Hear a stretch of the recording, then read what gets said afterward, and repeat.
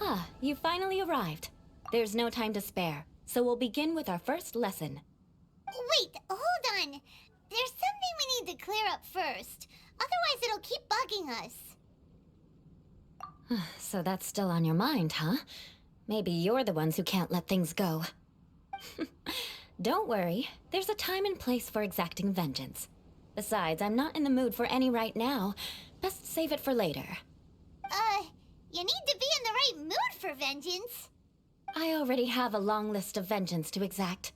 Even if I wanted to begin now, I'd have to start in the right order. Who knows how long it will be before I get to you? Well, if you have so much to take care of, wouldn't it just be easier to give us a clean slate? Absolutely not. Stealing my targets, calling me a ruthless ruler, and suspecting my uncle. All worthy of vengeance in my eyes. But you needn't worry, at least not whilst we're investigating this matter. I'm sure you're familiar with the phrase, a man of moral integrity fears no slanderous attack. If Uncle Schubert didn't commit any wrongdoing, then any such investigation will prove fruitless. But if he did commit a wrongful act, then he should bear the full punishment. I'm sure you understand. Good.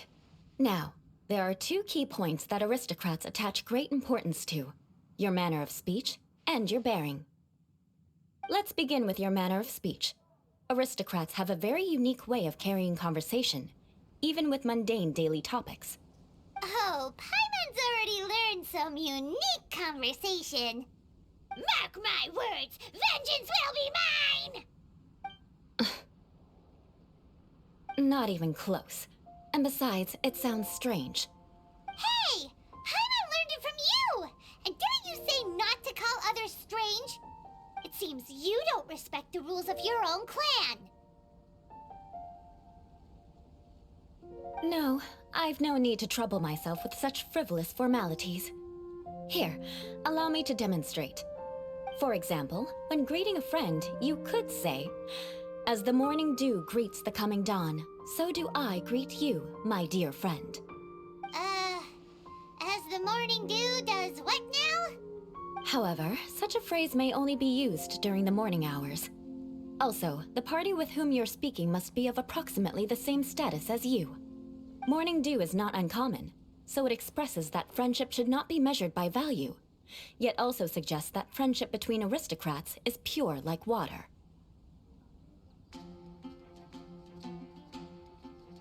Oh, no. You must be prudent with your words. Calling someone a good friend could easily offend them. But didn't you just say my dear friend in your example? Paimon's confused. Yes, I did. But you must know in the Lawrence family, dear friend is a set phrase that can only be used towards certain friends with whom one is acquainted, but not particularly close. It sounds much more pleasant to call an acquaintance a dear friend. So another thing to remember, aristocrats are concerned with face and being polite. However, if you were to use dear friend to address an intimate friend, the recipient would think that you were deliberately trying to estrange them. This is only the first step in making a greeting. After addressing one another, you then exchange courtesies. Wait! This is all too abstract. Perhaps it would be better if you gave some real-life demonstrations. Ah. Very well. Come with me. We'll choose some bystanders to converse with. Oh, you're Eula of the Lawrence clan, right? This can't be good. You there, lowly laborer. You stand in the presence of a member of the illustrious Lawrence clan. I have words for you. Please acknowledge the glory bestowed upon thee by the nobility... What comes next? Oh, right. By solemnly kneeling to the ground with utmost sincerity. Huh? I can't make heads or tails of anything you're saying. Hold on. What did they always teach me? Whenever a dispute arises, protection of your family's prestige and dignity always takes precedence. got it. As a lowly commoner, you shall maintain absolute reverence when speaking with those under which you so graciously toil. How dare you speak in such a manner? Ugh, is everyone from the Lawrence clan so strange? The days of the Lawrence clan's tyranny have long passed. I don't care what you're trying to do, just beat it. Like I said, I don't care what you're doing. I have nothing to say to any member of the Lawrence clan. And here's a word of advice. I wouldn't be caught dead walking too closely with any one of their like in Mondstadt. If that's all, I'll be going. I'm afraid I won't be able to control myself if we talk any longer. Hey! Don't leave! Halt! Mark my words, vengeance will be mine! Wow, the Lawrence name really does carry a terrible reputation. Never mind him. I could have predicted as much. Let's find someone else.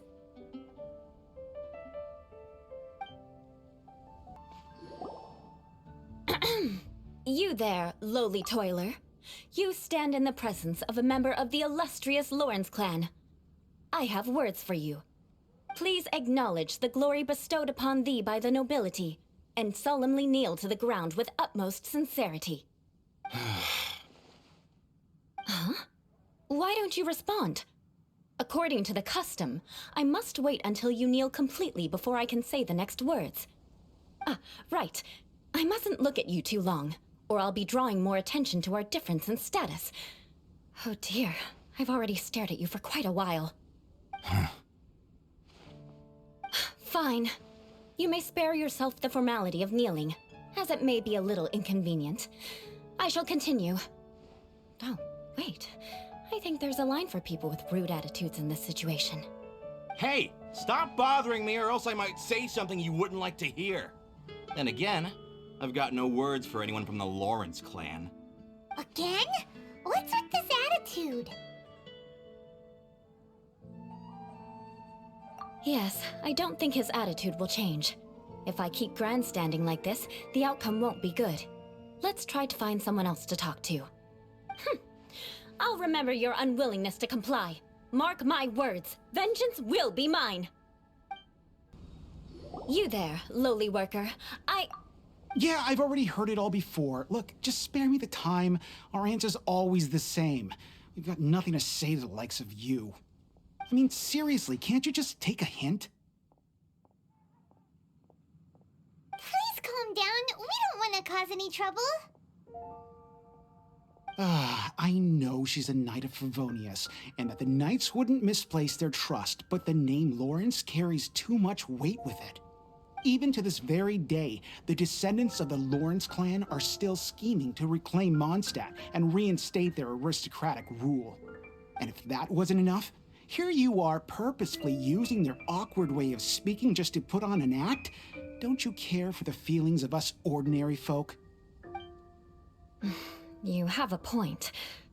But mark my words, this transgression will not go unnoticed. Huh? You want to fight? Listen here, I may be no match for you, but I'll be sure to lodge a complaint with the Knights of Favonius. I'm sorry, but I want her to understand that I'm serious. Listen here, if you don't want things to get more unpleasant, then you'd better just stop. Forget it. There's no point in quarreling any further. Let's go.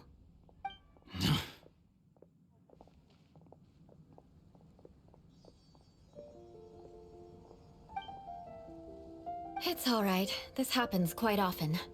Let's find someone else to talk to. Paimon thinks we've seen enough now. Let's just stop. Actually, Paimon thinks we should apologize for asking you to demonstrate for us. We had no idea the feelings between the Lawrence clan and the people of Mondstadt were so bitter. What can we do? The Lawrence name is already a dirty word among every household in Mondstadt. Even 3-year-olds know the story. I see this kind of attitude all the time.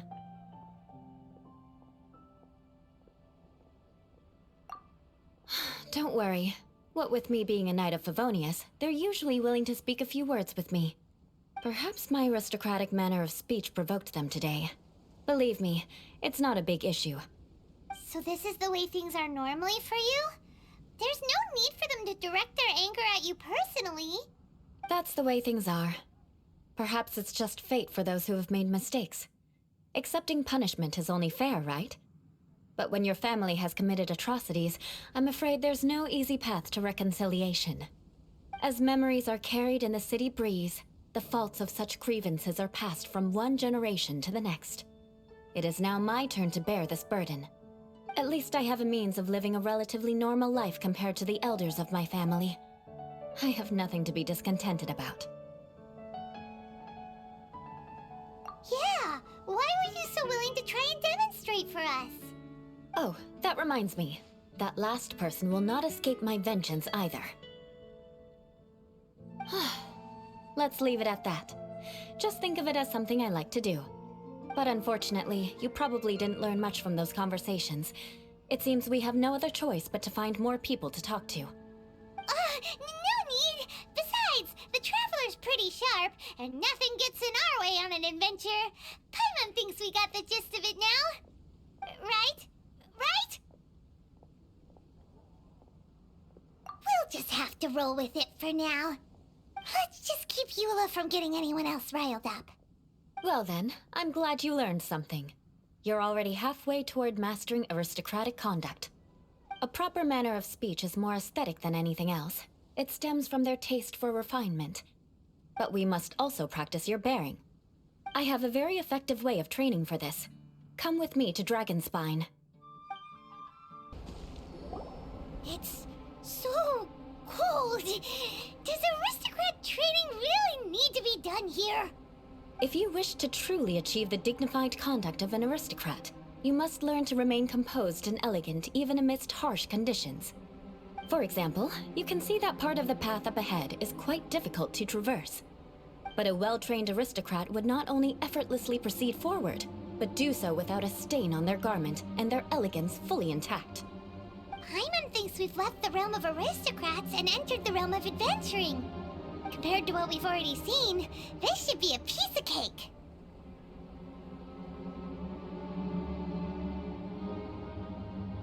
Uh-huh. This is where you can finally apply some of your adventuring knowledge. You look pretty confident this time. All right, let's get started. Remember, you must be graceful and elegant. Don't get knocked or launched into the air. That would be most unsightly. Not bad. A lot better than I had anticipated, at least. Paimon almost didn't make it through. Whew. Good thing we didn't get stuck. So, are we aristocrats now? Don't flatter yourselves. We've only just begun. This scenario was relatively simple. In the face of a real battle, one would seldom have a chance to stop and evaluate the situation.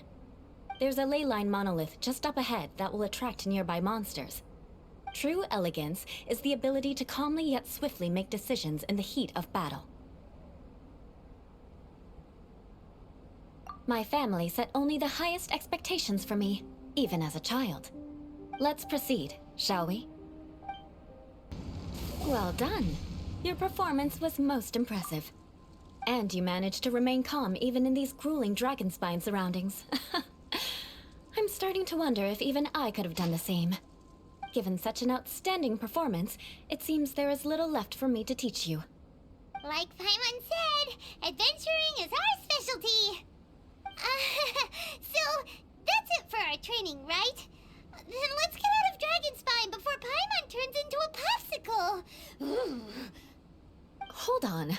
I was commending the Traveler's performance just now. You, on the other hand, seem to have made no progress at all. What? You mean Paimon was also part of the training? Yes, of course. You were frantically flying and dashing about throughout the entire thing. Not an elegant sight at all. Did you even listen to anything I was trying to teach you? Hey! That's not true! Paimon was just focusing on you the whole time! Whatever the reason, not heeding my instructions. A cause for vengeance, perhaps. Now, drink this. Huh? What is it? Are you trying to poison Paimon? Certainly not. It's warm milk. Didn't you just say that you were freezing? Drink it and it'll help warm you up. Oh, thank you. Are you still planning on the whole vengeance thing? If I wasn't, then why would I care about you being cold? If you turned into a Paimon popsicle, that would ruin my plans for vengeance now, wouldn't it? So, dear friend, don't die on me out here. Ah! Paimon knew something was off! All in the name of vengeance. No need to thank me. Now then, given that your training is complete, it's time we return to Mondstadt. Our last step will be preparing a cordial gift to present to my uncle when you meet him. I already have something in mind. Let's pay Sarah a visit at Good Hunter.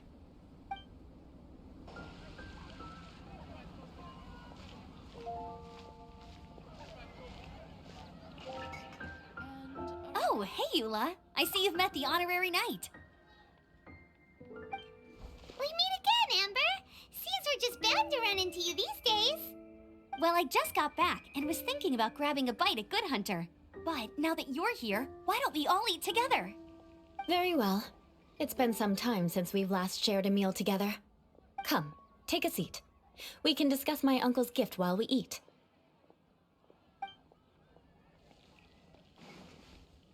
Yes? Is there something else you'd like to order? Could you please prepare a serving of my uncle's favorite, gebratenes Fleisch mit Sauerkraut? We'll take it as a gift to him later. Coming right up. It'll take some time to prepare. I'll have it here at the counter once it's ready. Hold on a moment. Is this satisfying salad also something that Amber ordered? No, she didn't order it. But because she didn't order any vegetables, I thought I'd throw in a salad on the house. You know, to contrast all the meat dishes. So, we clearly didn't order this, yet you prepared it without authorization.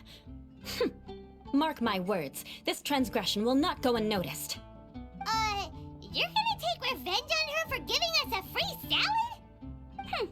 You should know me by now. That's the kind of villainous character I am.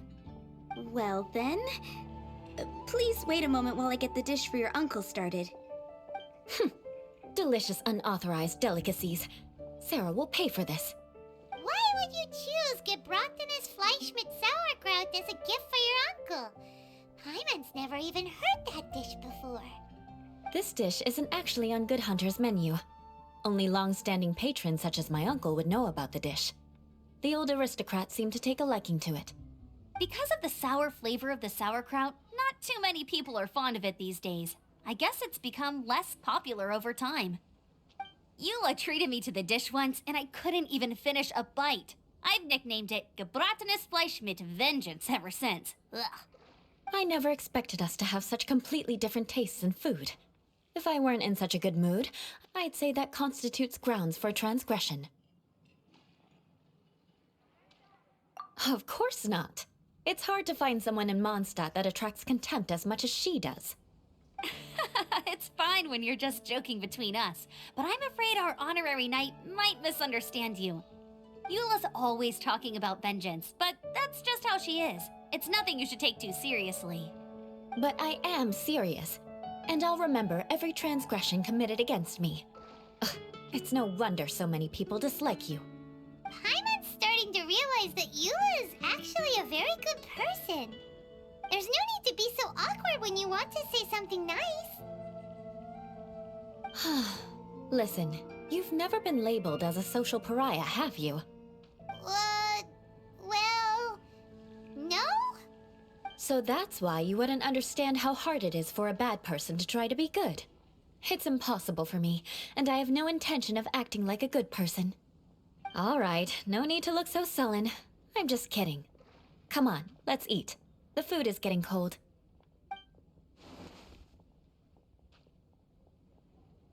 Oh, I'm stuffed. I'll see Sarah about the bill. No need. I've left the mora under the plate. If you try to settle it with her in person, she won't accept payment for the salad. Don't underestimate my ability to exact revenge. Sarah won't get the upper hand this time. All right, next you should pay my uncle a visit.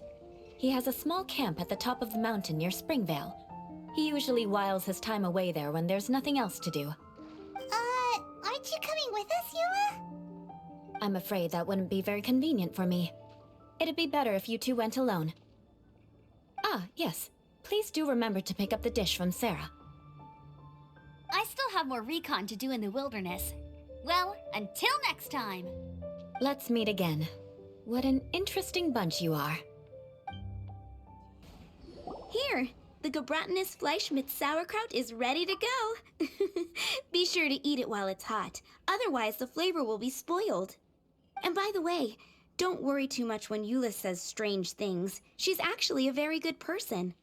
Paimon's been meaning to ask. No one could stand the sight of Eula when she was trying to speak with the others in Mondstadt earlier. But she seemed to get along fine with you and Amber just now. What's up with that?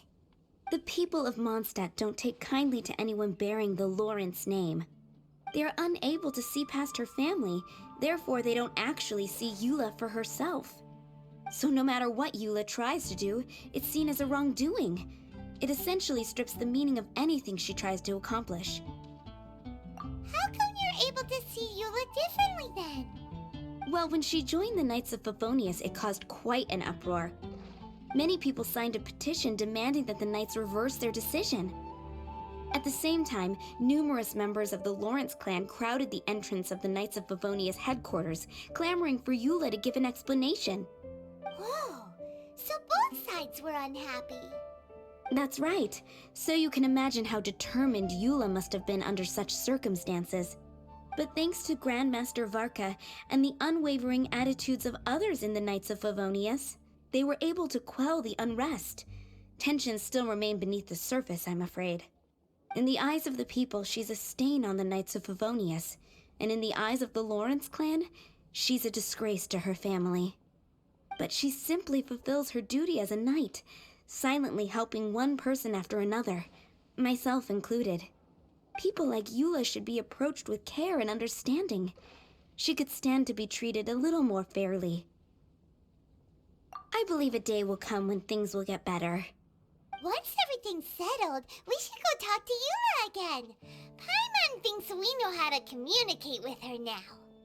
I'm glad. I think that would make her very happy, though she might not ever admit it. Take care. Please come again.